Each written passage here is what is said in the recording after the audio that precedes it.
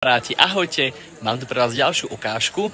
Na dnešnú svadbu na Rásočnom som priniesla takýto drevený nápis Love, ktorý vlastne zdobí vchod do samotnej Sudolienky.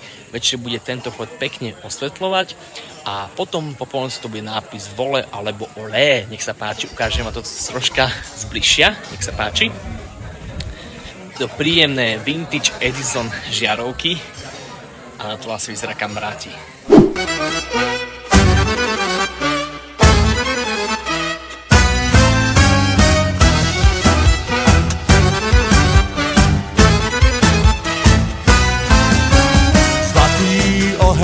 Pod hviezdami v okolí iba sama tma, žiari ohňa je dievčina a havranie vlasy má. Žiari ohňa je dievčina a havranie vlasy má.